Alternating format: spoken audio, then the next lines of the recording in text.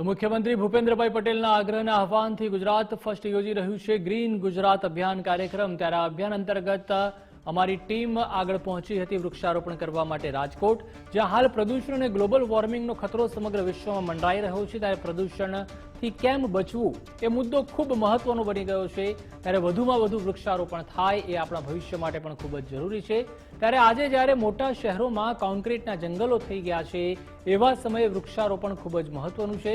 ત્યારે અમારી ટીમ વૃક્ષારોપણની મુહિમને સાર્થક કરવા માટે રાજકોટ પહોંચી હતી અને રાજકોટ વાસીઓએ પણ આ અમારી મુહિમને વધાવી હતી અને તેઓએ સહકાર આપ્યો હતો। રાજકોટના નાના મોવા રોડ પર આવેલ લાલા લજપતરાય ટાઉનશીપના સ્થાનિકો દ્વારા ગુજરાત ફર્સ્ટની પહેલને અનુસરીને વૃક્ષારોપણ કરવામાં આવ્યું। અત્યારે જે વાતાવરણ જે રીતનું છે, ગ્લોબલ વોર્મિંગ જે રીતનું ચાલે છે, એના હિસાબે વૃક્ષ વાવવાનું બહુ સારું છે।